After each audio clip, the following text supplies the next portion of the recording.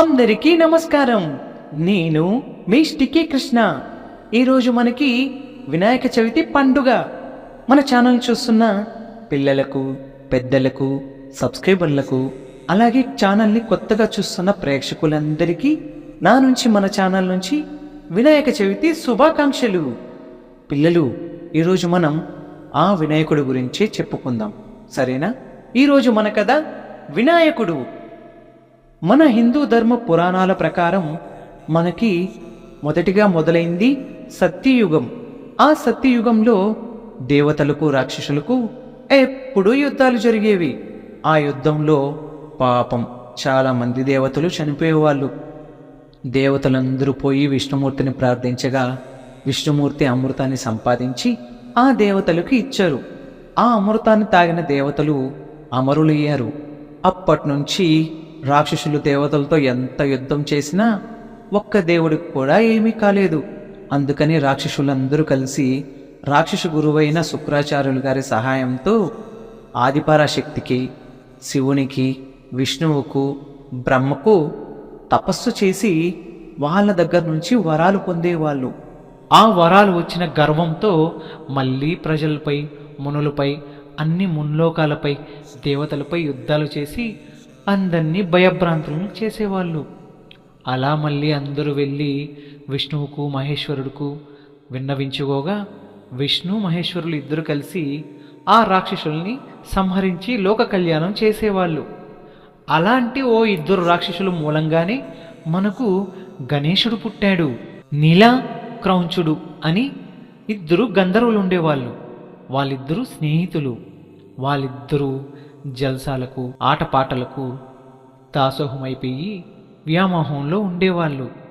కానీ క్రౌంచుడు ఆదిపరాశక్తి ఉపాసకుడు.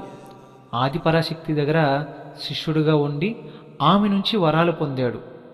అలాంటి ఓ రోజున ఆదిపరాశక్తి ధ్యానంలో ఉండగా క్రౌంచుడు అమృతం దొంగతనంగా ఎలుకగా మారి తాగాడు.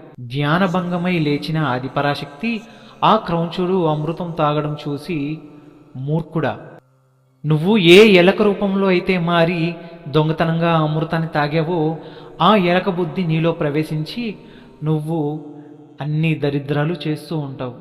నువ్వు దొంగ బుద్ధితో అన్ని నాశనం చేస్తూ ఉంటావు అని శపించి అక్కడి నుంచి తరిమి కొట్టింది. ఇలా జరిగిన కొద్ది కాలానికి క్రౌంచుడు, నీల ఇంద్రసభకు వెళ్ళారు. అక్కడ విష్ణుమూర్తి సారథ్యంలో ఒక పెద్ద సభ జరుగుతోంది. అప్పుడు క్రౌంచుడు ఎలకగా మారి ఆ సభని ఇబ్బంది పెడుతుండగా నీల ఒక నల్లటి ఏనుగుగా మారి అక్కడున్న ఐరావతంతో ఆడుకుంటూ అక్కడున్న ఉద్యానవనాన్ని పాడు చేస్తున్నాడు. క్రౌంచుడేమో ఎలకగా మారి అక్కడ సభని రసాభాసగా చేయడమే కాకుండా వీళ్ళిద్దరూ అక్కడున్న అప్సరసలతో, కిన్నెర కింపురుషులతో, యక్షులతోనూ చాలా అసభ్యకరంగా ప్రవర్తిస్తున్నారు. ఇది చూసిన విష్ణుమూర్తి వాళ్ళని హెచ్చరించారు. అయినా సరే అంత పెద్ద సభలో వాళ్ళు మళ్ళీ గందరగోళం చేస్తున్నారు. అందుకని ఇంద్రుడు వాళ్ళిద్దరినీ రాక్షసులుగా జన్మించమని శపించాడు. ఇంద్రుడి దేవతలకు రాజు అవడంతో అతని శాపానికి విరుగుడే లేదు. వీళ్ళు ఎంత ప్రాధాయపడ్డా కూడా ఆ శాపానికి విరుగుడు లేకపోవడంతో విష్ణుమూర్తిని ఆశ్రయించగా శివుని వల్ల మీరిద్దరూ అనుగ్రహం పొందుతారని విష్ణుమూర్తి భరోసా ఇవ్వడంతో వాళ్ళిద్దరూ భూమి మీద రాక్షసులుగా జన్మించారు. నీల గజాసురుడయ్యాడు, క్రౌంచుడు మూషికాసురుడయ్యాడు. వీళ్ళిద్దరూ భూలోకంలో కూడా స్నేహితులుగా పెరిగారు. గజాసురుడు, మూషికాసురుడు బ్రహ్మ గురించి ఎంతో ఘోర తపస్సు చేశారు. బ్రహ్మ వాళ్ళను అనుగ్రహించి వాళ్ళకి ఏం వరాలు కావాలో కోరుకోమనగా గజాసురుడు తనకి గజబలమైన దేహం కావాలని, అలాగే పంచభూతం నుంచి తనకి ఎలాంటి ఆపద రాకూడదని వరాలు పొందాడు. మూషికాసురుడు భార్యాభర్తల వల్ల పుట్టనివాడు, 2 ముఖాలు కలిగినవాడు, 2 సార్లు పుట్టినవాడు, ఎంతో గుణవంతుడు, గుణశ్రేష్ఠుడు, బ్రహ్మ వల్ల పుట్టనివాడు. అలాంటి వాడి చేతిలోని తనకు మరణం కావాలన్న వరాన్ని పొందాడు. ఇలా బ్రహ్మ దగ్గర నుంచి వరాలు పొందగా వీళ్ళిద్దరూ సర్వశక్తిమంతులయ్యి మళ్ళీ ప్రజలపై, ఋషులపై, దేవతలపై యుద్ధాలు చేస్తూ దేవేంద్రుడు సైతం భయపడిస్తూ దేవతలను పరుగులు పెట్టిస్తున్నారు. ఇలా గజాసురుడు మూషికాసురుడు ఇద్దరూ చాలా శక్తివంతులయ్యారు. దేవలోకం కూడా వాళ్ళు గెలుచుకోవడంతో ఇక వాళ్ళు బ్రహ్మలోకంపై విష్ణులోకంపై కూడా కన్ను వేశారు. అలా బ్రహ్మలోకాన్ని విష్ణులోకాన్ని కూడా సొంతం చేసుకోవాలంటే శివుడు పార్వతి కలిసి ఉండకూడదు అని అనుకుంటారు. ఎందుకంటే శివపార్వతులు ప్రకృతి స్వరూపాలు. వాళ్ళు ఒకరినొకరు తోడుగా లేకపోతే ప్రకృతి వైపరీత్యాలు సంభవిస్తాయి. అలా సంభవించినప్పుడు మనం బ్రహ్మలోకాన్ని విష్ణులోకాన్ని కూడా కైవసం చేసుకోవచ్చని ఆలోచన చేస్తారు. అందుకు గజాసురుడు, నేను మహాశివ భక్తుణ్ణి, ఆయనతో యుద్ధం చేసి లొంగ తీసుకోదానికన్నా భక్తితో లొంగ తీసుకోవడం చాలా సులువు. ఆయన భక్తి పరాయణుడు, అందుకని నేను ఆయన కోసం ఘోర తపస్సు చేస్తానని గజాసురుడు వెళ్ళిపోయాడు. వెళ్ళి శివుడి కోసం ఘోర తపస్సు చేస్తున్నాడు. గజాసురుడు తపస్సు చేస్తుంటే ముల్లోకాలు ఊగిపోతున్నాయి. ఇదిలా ఉంటే మూషికాసురుడు ఊరుకొనుంటాడా? ప్రజలను, మునులను, ఇంద్రాది దేవతలను, ముక్కోటి దేవతలను నానా హింసలు పెడుతున్నాడు. ఇంక వాళ్ళ బాధలు భరించలేక అందరూ కలిసి శివపార్వతులను వేడుకుందామని కైలాసానికి బయలుదేరారు. అప్పటికే కైలాసంలో బ్రహ్మ, విష్ణు, మహేశ్వరులు సతీ సమేతంగా ఉన్నారు. వెళ్ళి శివుణ్ణి, పార్వతిని, తల్లి ప్రకృతి స్వరూపులు, మీరే మమ్మల్ని కాపాడాలి అని వేడుకున్నారు. అందుకు పార్వతీదేవి, నేనేం చేయగలను అని అడిగింది. వెంటనే విష్ణుమూర్తి, తల్లి నీవు జగజ్జననివి, ఈ సృష్టి అంతా నీ నుంచే ఉద్భవించింది, ఇది కూడా నీవే చేయగలుగుతావు అని అన్నాడు. వెంటనే నారద మహర్షి, అమ్మా, మూషికాసురుణ్ణి వధించాలంటే అయోనిధుడు, ద్విరూపుడు, ద్విజమ్ముడు, అకుంఠిత దీక్షాపరుడు, సర్వశక్తి సనుపాధ్యక్తుడు, గుణశ్రేష్ఠుడు, సురజ్యేష్ఠుడు, బ్రహ్మసృష్టి కానివాడు, మహావీరుడు, అలాంటి వాడైతేనే మూషికాసురుణ్ణి వధించగలడు అని పార్వతీదేవితో చెప్పాడు. పార్వతీదేవి అప్పటినుంచి ఆలోచనలో పడింది. అయోనిధుడా, ద్విరూపుడా, ద్విజమ్ముడా అనుకుంటూ పార్వతీదేవి తన మందిరానికి వెళ్ళిపోయింది. ఇక మహాశివుడు ధ్యానంలోకి వెళ్ళిపోయాడు. విష్ణుమూర్తి అందరికీ అభయం ఇచ్చి తను వైకుంఠానికి వెళ్ళిపోయాడు. బ్రహ్మలోకానికి వెళ్ళిపోయాడు. అందరూ మీరే రక్షించాలనుకుంటూ వాళ్ళ స్థలాలకి వెళ్ళిపోయాడు. గజాసురుడు శివుడి కోసం ఎంతో ఘోర తపస్సు చేస్తున్నాడు. గజాసురుడు దీక్షకు మెచ్చిన శివుడు ఉబ్బి తబ్బిబ్బైపోతున్నాడు. ఎంతకీ శివుడు ప్రత్యక్ష కాకపోవడంతో గజాసురుడు తన ప్రాణాలను తనే తీసుకోవాలని ప్రయత్నించగా అప్పుడు శివుడు ప్రత్యక్షమయ్యి, గజాసుర, నీకు ఏం వరం కావాలో కోరుకో, నీ తపస్సుకు మెచ్చాను అని చెప్పాడు. అందుకు గజాసురుడు, స్వామి, నీవు తప్ప నాకింకేమీ వద్దు, నువ్వే నా వరం, నీవు నా కడుపులో నివసించాలి అని కోరాడు. అందుకు శివుడు, గజాసుర, నీవు అడిగిన ఈ వరం ఎంతో అల్లకల్లాన్ని సృష్టిస్తుంది, నీకు కూడా. ఎందుకంటే నేను లేకపోతే జీవకోటి అతలాకుతలం అయిపోతుంది. అందువల్ల ప్రకృతి వైపరీత్యాలు జరుగుతాయి, అది నీకు కూడా ప్రమాదకరమే అని శివుడు గజాసురుడితో చెప్పాడు. తండ్రి, నీవు నా చెంతనుంటే నాకు ఏమీ అవ్వదు, దయచేసి నా కడుపులో నివసించు తండ్రి అని వేడుకున్నాడు. శివుడు భక్తి పారాయణుడు, ఏమి చేయలేక భక్తుడు లొంగిపోయి గజాసురుడు గర్భంలోకి వెళ్ళిపోయాడు. గజాసురుడు గర్భంలోకి వెళ్ళాడో లేదో ప్రపంచమంతా అల్లకల్లోలం అయిపోతోంది. భూమండలాలన్నీ గందరగోళంగా అయిపోతున్నాయి. పార్వతీదేవి దిగులు పడింది. అయ్యో, నా పతిదేవుడు గజాసురుడు గర్భంలో ఇరుక్కుపోయాడు, ఇప్పుడే నేను వధించి నా శివుని నేను తెచ్చుకుంటాను అని గజాసురుడి మీదకి యుద్ధానికి బయలుదేరండి. విష్ణుమూర్తి వెంటనే ప్రత్యక్షమయ్యి, తల్లి పార్వతి, నీ ముందు చాలా గొప్ప కార్యం ఉంది, నీవు దాని యందు నిమగ్నమై ఉండు. నేను ఇక్కడున్న నంది, బృహి, గణాదులన్నింటినీ తీసుకువెళ్ళి నీ శివుణ్ణి నీకు చేరుస్తాను. శివుడు నీకే కాదు, విష్ణే శివుడు, శివుడే విష్ణువు, కనుక శివుడు లేకపోతే నేను లేను. నీవేం కంగారు పడకు, నీవు నీకు అప్పగించిన కార్యాన్ని పూర్తి చేయి అని చెప్పి విష్ణుమూర్తి నంది, బృహి అక్కడున్న గణాలతో కలిసి గజాసురుడు రాజ్యానికి వెళ్ళాడు. గజాసురుడు తన భక్తితో శివుణ్ణి తానులోకి ఐక్యం చేసుకుడనే వార్త ఊరు వాడ వ్యాపించింది. గజాసురుడు రాజ్యంలో పెద్ద సంబరాలు జరుగుతున్నాయి. ఆ సంబరాల్లో గజాసురుడు ఎవరికి కోరింది వాళ్ళకి బహుమతిగా ఇచ్చేస్తున్నాడు.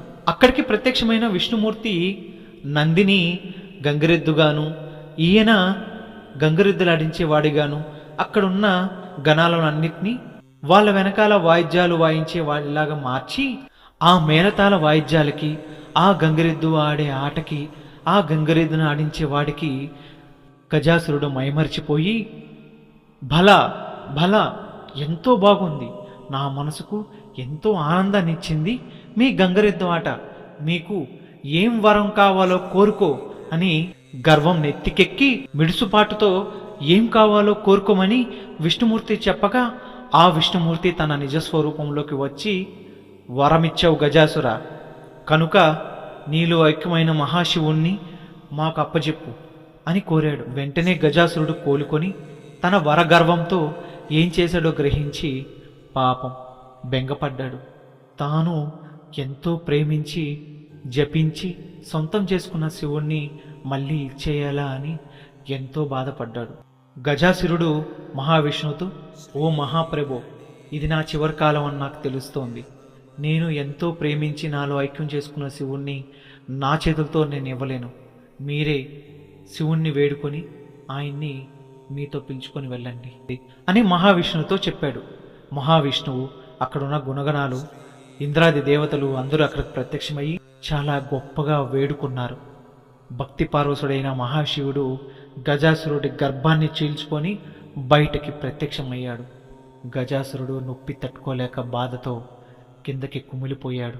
వెంటనే గజాసురుడు, తండ్రి, నిన్ను ఎంతో ప్రేమించి నిన్ను నా సొంతం చేసుకున్నాను అనుకున్నాను, కానీ నాకు వరం ఇచ్చి నీవు నన్ను వదిలి ఇలా వెళ్ళిపోవడం నీకేమన్నా భావ్యమా అని మహాశివుణ్ణి కోరాడు. అందుకు శివుడు, గజాసుర, నీకు ముందే చెప్పాను, ఇది చాలా అనర్థానికి దారితీస్తుందని, చూసావా ఎంత పని చేసుకున్నావు అని అడిగాడు. ఆ గజాసురుడు శివుడి కోసం అంత కుమిలిపోవడంతో శివుడు గజాసురుణ్ణి అనుగ్రహించి తన గాయాన్ని మాన్పి, గజాసుర, నీ భక్తికి మెచ్చాను, నీ భక్తి అనన్యమైనది, అందుకు గాను ఇక నుంచి నేను నీ చర్మాన్నే ధరించి గజ చర్మాంబరుడిగా కృత్యువాసుడిగా కీర్తించబడతాను, సరేనా అని చెప్పాడు. గజాసురుడు, తండ్రి, నాకు ఇంకొక వరం ఇస్తావా అని అడిగాడు. అందుకు, చెప్పు గజాసుర అని శివుడు పలికాడు. తండ్రి, నేనెప్పుడూ నీ ముఖాన్ని చూస్తూ ఉండాలి, నేనెప్పుడూ నీ కొలువులోనే ఉండాలి అని వరం అడిగాడు. అందుకు శివుడు, తదాస్తు అని చెప్పి డోలు సన్నాయి మేళతాళాలతో నందిపై కూర్చొని కైలాసానికి బయలుదేరాడు. గజాసురుడు తాను ఏనుగు రూపం ధరించి ఇక రాజ్యపాలన చేయనని అడవిలోకి వెళ్ళిపోయాడు. ఇది ఇలా ఉండగా పార్వతీదేవి తాను చేయాల్సిన కార్యం గురించి ఆలోచిస్తూ కూర్చుంది. తాను అదే ధ్యాసలో స్నానానికి వెళ్ళి స్నానం చేయడానికి పసుపు కలుపుతోంది. అలా పసుపు కలుపుతూ, అయోనిధుడా, ద్విరూపుడా, ద్విజన్ముడా, అకౌంటుతే దీక్షాపరుడా, గుణశ్రేష్ఠుడా, బ్రహ్మ సృష్టిలో పుట్టనివాడా, అలాంటి వాడు ఉంటాడా అనుకుంటూ ఆ పసుపు ముద్దని ఒక బాలుడు రూపంగా చేసింది. పార్వతీదేవి స్నానానికి చెలికెత్తె పలకరించగా పార్వతీదేవి తేరుకొని తాను చేతి వంక చూసుకుంది. తన చేతిలో ఒక ముద్దులొలికించే బుడ్డి పసుపు బొమ్మ ఉంది. ఆ బొమ్మను చూస్తూ, ఆహా, ఈ పసుపు బొమ్మ ఒక బుజ్జాయి అయితే ఎంత బాగుంటుందో, ఎంత ముద్దుగా ఉందో అనుకుని మురిసిపోతుంది. వెంటనే ఆ పసుపు ముద్ద ఒక బాబుగా మారిపోయింది. ఆ బాబు ఎంతో ముద్దుగా ఉన్నాడు. పార్వతీదేవి ఆ బాబును చూసుకొని మురిసిపోయింది. ఆ బాబు కొద్దిసేపటికి కొంచెం పెద్దవాడై ఆడుతూ పాడుతూ అటు ఇటు తిరుగుతూ అల్లరి చేస్తున్నాడు. పార్వతీదేవి ఆ పిల్లవాడిని చూసి ఎంతో మురిసిపోతోంది. తన ఆనందానికి హద్దులు లేవు. ఆ పిల్లవాడిని ఆడిస్తూ పాడిస్తూ బుజ్జగిస్తూ తన సంతోషానికి అవధులు లేకుండా ఎంతో హాయిలో తేలుతోంది. ఆ పిల్లవాడు అలాగే అక్కడ ఇక్కడ గంతుతూ తాను ఎంతో అల్లరి చేస్తున్నాడు. ఆ అల్లరిలో పార్వతీదేవికి మహాశివుడు గుర్తొచ్చాడు. విష్ణుమూర్తి శివుణ్ణి తీసుకొని వస్తానని అందరి గణాలతో వెళ్ళాడు. ఈ పాటికి వస్తూనే ఉంటాడు. మహాశివుడు వచ్చే సమయానికి నేను ఆయన కోసం సంసిద్ధంగా ఉండాలి అనుకుంటూ, బాబు, నేను స్నానానికి వెళ్తున్నాను, ఇక్కడ ఎవరూ లేరు, అందుకని నీవు స్నానం గది బయట కాపలా కాయి అని చెప్పింది ఆ పిల్లవాడితో. సరేనమ్మా, కానీ నాకు ఆకలిస్తుంది, నాకేమైనా తినడానికి పెట్టవు అని ఆ బుజ్జి నోటితో అడిగాడు.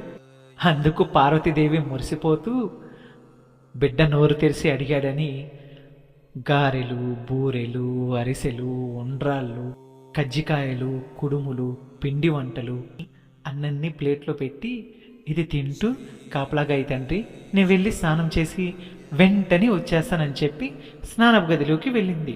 ఈ బుజ్జిబాబు ద్వారపాలకుడిలాగా అక్కడ ఉండి ఆ ఉండ్రాలు తింటూ ఆడుకుంటూ తిరుగుతున్నాడు. అంతలో గణగణాలతో ఎంతో వైభవంగా శివుడు అక్కడికి ప్రవేశించాడు. శివుడు కైలాసం చేరుకొని ఎంతో ఆతృతంగా పార్వతీదేవిని చూద్దామని వెళ్ళాడు. అక్కడ ఒక బుజ్జి పిల్లవాడు మందిరంలోనికి పోకుండా అడ్డుగా ఉన్నాడు. శివుడు ఆ పిల్లను చూసి ముచ్చిపడి, బాబు, ఎవరు నువ్వు, ఇక్కడ ఎందుకున్నావు అని అడగ్గా, నీవెవరు, నా ఇంటికి వచ్చి నన్నెవరని అడుగుతున్నావు అని అన్నాడు. నీ ఇల్లా? ఇది కూడా నా ఇల్లే, నేను లోపలికి వెళ్ళాలి, నీవు పక్కకి జరిగి ఆడుకోపునైనా అని చెప్పాడు. పిల్లవాడు, మా అమ్మ స్నానం చేసి వచ్చేంత వరకు నన్ను ఇక్కడ కాపలా ఉండమని చెప్పింది, ఎవ్వరినీ లోపలికి రానివద్దని చెప్పింది, నేను ఎవ్వరినీ పంపించను అని మొండుకేస్తున్నాడు. శివుడికి ఎంతో ఆతృతంగా వచ్చాడు కదా, కొంచెం కోపం వచ్చింది. కానీ ఆ చిన్న బాడీలను చూస్తుంటే ఆ కోపం అణుచుకొని, నా మాటకే ఎదురు చెప్తున్నావా, పక్కకు జరుగు అని అంటున్నాడు. పిల్లవాడు, ససేమిరా లేదు, అమ్మ బయటకు వచ్చేంత వరకు ఎవ్వరూ లోపలికి వెళ్ళడానికి వీల్లేదు అని చెప్పాడు. నేను మహాశివుణ్ణి, నాకే అడ్డు చెప్తావా, నేను పార్వతీమాత కొడుకుని, నన్ను ఎవరూ ఆపలేరు, మిమ్మల్ని ఎవ్వరినీ లోపలికి పంపించను అని ఆ చిన్న బాలుడు అడ్డు చెప్తున్నాడు. అంతలా పిల్లవాడు మొండికేస్తూ ఆపేసరికి మహాశివుడికి పట్టరాని కోపం వచ్చింది. వెంటనే తన శూలంతో ఆ పిల్లవాడి తలని నరికేశాడు. కానీ వెంటనే ఆ తల అతుక్కొని పిల్లవాడు నవ్వడం మొదలుపెట్టాడు. మహాశివుడికి ఇంకా కోపం వచ్చింది. మళ్ళీ ఆ తల నరికేశాడు. ఆ పిల్లవాడు మళ్ళీ నవ్వుకుంటూ మామూలు అయిపోయాడు. ఈసారి ఇంకా ఉపేసించేది లేదని చెప్పి మహాశివుడు శూలంతో ఆ తలను నరికి తన మూడో కనుతో ఆ తలని భస్మం చేశాడు.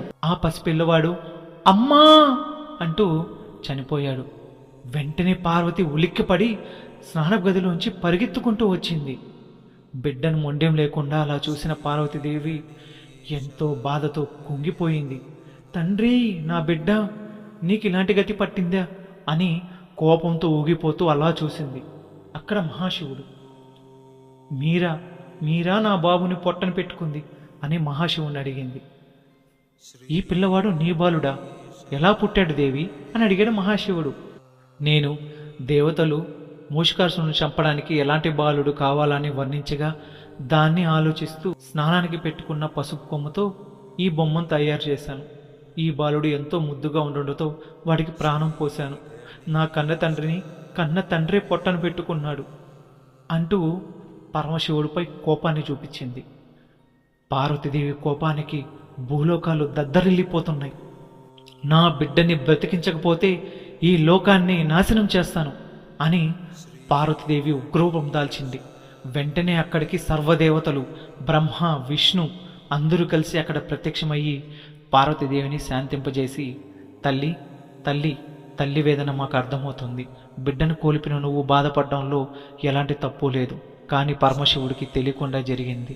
నీకోసం ఎంతో ఆనందంగా వచ్చి పిల్లోడు అడ్డుపడడంతో ఇలా జరిగింది, శాంతించు, ఆ పిల్లోడిని మేము ఎలా అయినా బతికిస్తాం, శాంతించు మాత, శాంతించు అని మహావిష్ణువు పార్వతీదేవిని శాంతింపజేశాడు.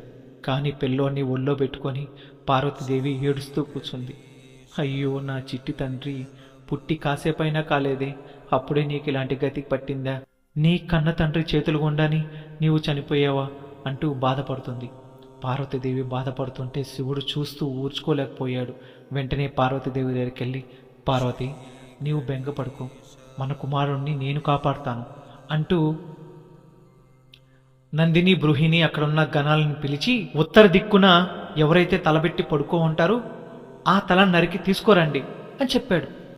వెంటనే నంది, బృహి, అక్కడున్న ప్రమాదగణాలు అందరూ కలిసి ప్రపంచమంతా గాలించసాగారు. కానీ ఒక్కరు కూడా ఉత్తర దశలో తలపెట్టుకుని నిద్రించట్లేదు. ఎలా మరి శివాజ్ఞ, ఏం చేయాలి అనుకుంటూ ఉండగా అడవిలో గజాసురుడు ఉత్తర దిక్కున తలబెట్టి నిద్రిస్తూ ఉన్నాడు. అమ్మయ్య, మనకి ఉత్తర దిక్కున పడుకున్న జీవి కనిపించింది, పద ఆ ఏనుగు తల నరికి తీసుకువెళ్దాం అనుకుంటూ వెళ్ళి నంది, బృహి ఆ ఏనుగు తలను నరికి కైలాసానికి తీసుకొచ్చారు. పార్వతీదేవి ఆ ఏనుగు తలను చూసి ఎంతో బాధపడుతూ, ఏంటి ఈ ఏనుగు తలని నా కొడుకు పెడతారా? అయ్యో, మీకు ఇంకా వేరే శిరస్సే దొరకలేదా అని వాళ్ళతో చెప్పుకుంది. అందుకు బ్రహ్మ, విష్ణువు, పార్వతి నీవు చింతించకు, ఏనుగు తల జ్ఞానానికి ప్రతిరూపం. నీ కొడుకు ఎంతో జ్ఞానవంతుడు, గుణవంతుడు, శ్రేష్ఠుడు అవుతాడు.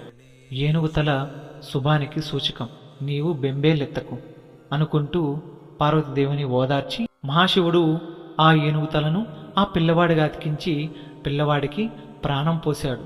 గజాసురుడి కోరిక మేరకు ఎల్లప్పుడూ శివుడితోనే ఉండే వరాన్ని ఆ పిల్లోడికి పెట్టిన తల రూపంలో శివుడు పూర్తి చేశాడు. అలా శివుడు గజాసురుడికిచ్చిన వరాన్ని నిలబెట్టుకున్నాడు. ఇప్పుడు గజాసురుడు శివుడితోనే ఉంటాడు, శివుణ్ణి ఎల్లప్పుడూ చూస్తూ కైలాసంలోనే ఉంటాడు. అలా శివుడు తన భక్తులకిచ్చిన వరాన్ని నెరవేర్చాడు. చూశారా శివుడు ఎంత నీలమయుడు. అలా ప్రాణం పోసుకున్న పిల్లవాడు శివుడి మీదకి మళ్ళీ యుద్ధానికి దిగాడు. అప్పుడు పార్వతీదేవి ఆ పిల్లవాడిని ఆపి, తండ్రి, ఏనా మీ తండ్రి గారు అని పార్వతీదేవి శివుణ్ణి పరిచయం చేసింది. ఆ చిన్న పిల్లవాడు శివుడి దగ్గరికి వెళ్ళి, తండ్రి నమస్కారాలు, నేను మీ యందు తప్పు చేశాను, నన్ను క్షమించండి అని ముద్దుగా అడిగాడు. శివుడు ఆ పిల్లవాడిని ఎత్తుకొని ముద్దు చేశాడు. అలా అక్కడున్న దేవతలందరూ కలిసి ఆ పిల్లవాడికి వాళ్ళ వాళ్ళ శక్తుల్ని ఇస్తున్నారు. గజముఖంతో శివుని బిడ్డగా పుట్టడం ద్వారా అతనికి గణేశుడు అని నామకరణం చేశారు. విష్ణువు అందరూ దేవతలలో అగ్రస్థానాన్ని ప్రకటించాడు. అన్ని గణాలకు అధిపతిని చేశాడు. బ్రహ్మ, అందరికంటే ముందు పూజ నీకే దక్కుతుంది, అన్ని యజ్ఞాలలోనూ ముందుగా గణేశుణ్ణి పూజించాలి, అన్ని శుభకార్యంలోనూ గణేశుడు పూజే ముందు జరగాలని వరమిచ్చారు. త్రిమూర్తులు, ముక్కోటి దేవతలు వాళ్ళ వాళ్ళ శక్తుల్ని ఆ గణేశుడికి ప్రసాదించారు. పార్వతీదేవి నీవు 14 రూపాల షోడశ గణపతిగాను 14 లోపల్లో పూజనీయుడుగాను ఉంటావని వరమిచ్చింది. అలా అందరి నుంచి వరాలు పొందిన గణేశుడు అగ్రదేవుడయ్యాడు. గణేశుడు మళ్ళీ పుట్టిన ఈ గడియ చతుర్థి గడియ, అందుకని ఇది గణేశ చతుర్థి అయింది. శివుడు అక్కడున్న బ్రహ్మతో గణేశుడికి యజ్ఞోపవేతం గావించి గణేశుణ్ణి ఆదిపరాశక్తి అనుగ్రహం కోసం తపస్సుకు పంపించాడు. గణేశుడు తపస్సు చేస్తూ ఉండగా మూషికాసురుడు గణేశుణ్ణి ఎన్నో రకాలుగా ఇబ్బందులకు గురి చేస్తున్నాడు. అప్పుడు నాగేంద్రుడు తన కుమారులను గణేశుడికి అండగా పెట్టి గణేశుడికి తోడుగా ఉండమని చెప్పి వెళ్ళిపోయాడు. గణేశుడు తన తపస్సు ముగించేంత వరకు ఆ నాగబిడ్డలు గణేశుడికి తోడుగా ఉన్నారు. ఆదిపరాశక్తి గణేశుడి తపస్సుకు మెచ్చి తాను ప్రత్యక్షమయ్యి సిద్ధిని బుద్ధిని గణేశుడికి ప్రసాదించి తనని విద్యావంతుణ్ణి గావించింది. గణేశుడు ఆదిపరాశక్తికి నమస్కరించి గణేశుడు నాగకుమారులందరినీ తన ఆభరణులుగా చేసుకుంటానని చెప్పి వరమిచ్చి గణేశుడు నాగకుమారులందరినీ ఆభరణులుగా చేసుకున్నాడు. అక్కడి నుంచి కైలాసానికి బయలుదేరగా దారిలో సుబ్రహ్మణ్య స్వామి ఎదురుపడి అల్లరి చేస్తున్నాడు. ఎవడి బాలుడు అని ఆ పిల్లవాడితో ఆడుకోగా అక్కడికి నారద మహర్షి వచ్చి, ఇతను నీ తమ్ముడు అని చెప్పాడు. శివపార్వతులు కన్నబెట్టి ఈ సుబ్రహ్మణ్యుడు నీ సోదరుడు అని పరిచయం చేశాడు. అన్నదమ్ములు ఇద్దరూ ఏకమయ్యి శివపార్వతుల దగ్గరికి వెళ్ళారు.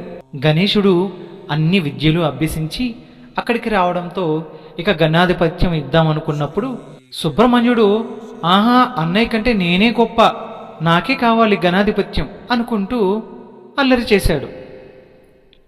అయితే మీరిద్దరిలో ఎవరైతే ముల్లోకాలను 3 సార్లు తిరిగి వస్తారో వాళ్ళకే గణాధిపత్యం అని శివుడు చెప్పాడు. వెంటనే సుబ్రహ్మణ్యుడు నెమలిపై ఎక్కి 3 లోకాలు తిరిగి రావడానికి వెళ్ళాడు. గణేశుడు ఎంతో విద్యావంతుడవడంతో తనకున్న సిద్ధి బుద్ధి అనుగ్రహంతో శివపార్వతులకు 3 సార్లు తిరిగి దండం పెట్టుకున్నాడు. సుబ్రహ్మణ్య స్వామి 3 లోకాలు ముమ్మార్లు తిరిగి వచ్చే సమయానికి వినాయకుడు ఎదురుగుండా ఉన్నాడు. సుబ్రహ్మణ్య స్వామి అక్కడికి వచ్చి, అన్నయ్యే గెలిచాడు, ముమ్మార్లు 3 సార్లు అన్నయ్య నాకన్నా ముందే తిరిగేశాడు అని చెప్పాడు. అక్కడున్న వాళ్ళందరూ ఆశ్చర్యపోయారు, పార్వతీదేవితో సహా. గణేశ, నువ్వు ఇక్కడే ఉన్నావు కదా, ముమ్మార్లు ఎలా తిరిగావు? తల్లి, మీరిద్దరూ ప్రకృతి స్వరూపులు. మీ నుంచే ఈ భూమండలాలు బ్రహ్మాండాలు సృష్టించబడ్డాయి. మిమ్మల్ని 3 సార్లు చిడితే ఈ మొత్తం సృష్టిని 3 సార్లు తిరిగినట్టు అని గణేశుడు ఎంతో వినయంతో చెప్పాడు. గణేశుడికి ప్రతిభను మెచ్చిన శివుడు తనకి గణాధిపత్యాన్ని, అలాగే సుబ్రహ్మణ్య స్వామికి దేవసైన్యాధిపత్యాన్ని ఇచ్చాడు. అలా గణేశుడు గణాధిపత్యాన్ని స్వీకరించిన వెంటనే ఇక మూషికాసురుడు పని పట్టాలని నిర్ణయం తీసుకున్నాడు. మూషికాసురుడిపై యుద్ధాన్ని ప్రకటించాడు. వెంటనే మూషికాసురుడు, నిన్నగాక మొన్న పుట్టిన ఆ చిన్న బాలుడు నాపైన యుద్ధాన్ని చేస్తాడా? పద, యుద్ధానికి వెళ్దాం అంటూ సర్వ సైన్యాన్ని వెంట పెట్టుకొని వినాయకుడి మీదకి యుద్ధానికి పోయాడు. శుక్రాచార్యుల దగ్గర ఎన్నో విద్యలు పొందడంతో మూషికాసురుడు మహాశక్తివంతుడయ్యాడు. ఇక వినాయకుడికి మూషికాసురుడికి పెద్ద యుద్ధం జరుగుతోంది. మూషికాసురుడి సైన్యంతో దైవ సైన్యాధిపతి అయిన సుబ్రహ్మణ్యుడు యుద్ధం చేస్తున్నాడు. ఇక ఆ యుద్ధం ఎంతో బీభత్సంగా జరుగుతోంది. మూషికాసురుడికి వినాయకుడికి ఎంతో పోటాపోటీగా యుద్ధం జరుగుతోంది. గణేశుడు ఎంత ఘోరంగా యుద్ధం చేస్తున్నా మూషికాసురుడిని ఓడించలేకపోతున్నాడు. ఎన్ని ఆయుధాలు ప్రయోగిస్తున్నా మూషికాసురుడికి ఏమీ కాకపోవడంతో వినాయకుడికి చాలా కోపం వచ్చింది. ఆయన కాసేపు ఆలోచించి తన తపోబలంతో తన బుద్ధితో మూషికాసురుడిని ఎలా చంపాలో ఒక నిర్ణయానికి వచ్చాడు. వెంటనే తన దంతముని బలంగా విరిచి మూషికాసురుడిపై ప్రయోగించాడు. ఆ దంతం మూషికాసురుడిపై విరుచుకుపడుతుంది. ప్రాణభయంతో మూషికాసురుడు పారిపోతున్నాడు. ఎలకగా మారి అక్కడ ఇక్కడ నక్కి ఎక్కడెక్కడో తిరుగుతున్నాడు. ఆ దంతం మూషికాసురుణ్ణి వెంబడిస్తూనే ఉంది. మూషికాసురుడు ముల్లోకాలు తిరుగుతున్నాడు. ఆ దంతం అతన్ని వదలడం లేదు. కానీ మూషికాసురుడి అదృష్టం ఏంటంటే తన భార్య పార్వతీదేవి భక్తురాలు. మూషికాసురుడు ఇలా ప్రాణభయంతో పరిగెత్తున్న విషయం తెలిసి తన భర్తకి ఎక్కడ అపాయం జరుగుతుందని పార్వతీదేవికి ప్రార్థన చేసింది. పార్వతీదేవి తన భక్తురాలు విధవరాలవడం ఇష్టం లేక తన గాజుని ఆ మూషికాసురుడికి అడ్డంగా వేసింది. ఆ గాజు ఆ మూషికాసురుడికి ఆత్మబలంగా మారి ఆ దంతాన్ని అడ్డుకుంటోంది. గణేశుడు పార్వతీదేవి దగ్గరికి వెళ్ళి, తల్లి, నీవు నాకు జన్మించడానికి కారణమే మూషికాసురుడి సంహారం కోసం. అలాంటిది నీవే అతన్ని కాపాడుతున్నావు. ఇదేం న్యాయం తల్లి అని గణేశుడు పార్వతీదేవిని అడిగాడు. అందుకు పార్వతీదేవి, నాయనా, నన్ను ప్రేమించి ఎంతో భక్తితో తన 5వ తనాన్ని తనకిమ్మని ఆ తల్లి ప్రార్థిస్తుంది. ఆ తల్లి గోడును నేను తీర్చుకుంటే నేను మంగళ స్వరూపిణి ఎందుకు అవుతాను? అందరూ ముత్తైదువులు మంగళ స్వరూపినిగా నన్నే పూజిస్తూ ఉంటే అలాంటి నేను నా భక్తురాలి కోరికను ఎలా తీర్చుకున్నా ఉంటాను అని సెలవిచ్చింది. అక్కడికి వెంటనే ఆదిపరాశక్తి ప్రత్యక్షమయ్యి, గణేశ, నీ దంతాన్ని నీవు వెనక్కి తీసుకో. పార్వతి, నీవు కూడా నీ ఆత్మబలాన్ని వెనక్కి తీసుకో అని చెప్పి ఆదిపరాశక్తి ఆ యుద్ధాన్ని ఆపి గణేశునితో ఇలా చెప్పింది, గణేశ, మూషికాసురుడు క్రౌంచుడు అనే ఒక గంధర్వుడు. తాను నా ప్రియభక్తుడు. నేను ధ్యానంలో ఉండగా అమృతాన్ని సేవించాడు కనుక అతనికి చావు లేదు. అమృతం తాగిన అతను మరణిస్తే అమృతానికి విలువ ఉండదు. అతనికున్న అజ్ఞానాన్ని, ఆశాపాసములను, క్రోధ మద బుద్ధులను నీ పాదంతో అణిచి ఆ అజ్ఞానాన్ని పోగొట్టు అని ఆదిపరాశక్తి చెప్పగా వినాయకుడు మూషికుణ్ణి తన పాదాలతో అదిమి తొక్కగా మూషికుడు మామూలు వాడైపోయి గణేశుణ్ణి ప్రార్థించాడు. గణేశ, ఇక నుంచి నన్ను నీ వాహనంగా ఉండే వరం ప్రసాదించు అని గణేశుణ్ణి ప్రార్థించగా గణేశుడు తదాస్తు అన్నాడు. ఆ మూషికాసుని భార్య, స్వామి మీరు గణేశుడి దగ్గర వెళ్ళిపోతే నా పరిస్థితి ఏంటి అనగా గణేశుడు ఆమెను చట్రంగా చేసుకున్నాడు. అంతటా ఆదిపరాశక్తి దివ్య మంగళ రూపం గావించి పంచభూతాత్మకమైన నీవు పంచముఖ గణపతివై ఉత్తిష్ట గణపతిగా విఘ్నరాజువై వినాయకుడుగా వర్ధిల్లుగాక అని మన గణేశుణ్ణి వినాయకుడుగా దీవించింది. అప్పటి నుంచి గణేశుడు వినాయకుడై మన విఘ్నాలను తొలగిస్తూ మనల్ని చల్లగా కాపాడుతున్నాడు. పిల్లలు అందరూ చెప్పండి, శుక్లాం వరదరం విష్ణుం శశివర్ణం చతుర్భుజం ప్రసన్నవదనం ధ్యాయేత్ సర్వ విఘ్నోపశాంతయే. అగజానన పద్మార్కం గజానన మహర్నిశం అనేకదంతం భక్తానాం ఏకదంతముపాస్మహే. పిల్లలు మనం గణేశుణ్ణి ఇలా ప్రార్థిస్తూ చదువుకుంటే మనకి ఎంతో జ్ఞానం కలుగుతుంది. ఆ గణేశుడి, ఆ విఘ్నాయకుడి కృప కరుణ మన యందు ఉండి మనం చల్లగా ఉంటాం. సరేనా? వినాయకుడి కథ విన్నారుగా? మీకు నచ్చిందా పిల్లలు? ఈ కథ విన్న వాళ్ళందరూ ప్లీజ్ నచ్చితే లైక్ చేయండి, షేర్ చేయండి. అలాగే కొత్త వాళ్ళు ఎవరైనా చూస్తూ ఉంటే మన ఛానల్కి సపోర్ట్ చేసి సబ్స్క్రైబ్ చేసుకోండి, ఫాలో అవ్వండి, మీ బెల్ ఐకాన్ ఆన్లో పెట్టుకోండి. నేను చెప్పే కొత్త కొత్త కథలు, బుజ్జి కథలని మీకు అందరికీ నోటిఫికేషన్ రూపంలో వచ్చి మన కథలు ఎప్పుడూ వినొచ్చు. సరేనా? ఈ రోజుకి ఇంతే పిల్లలు. టాటా.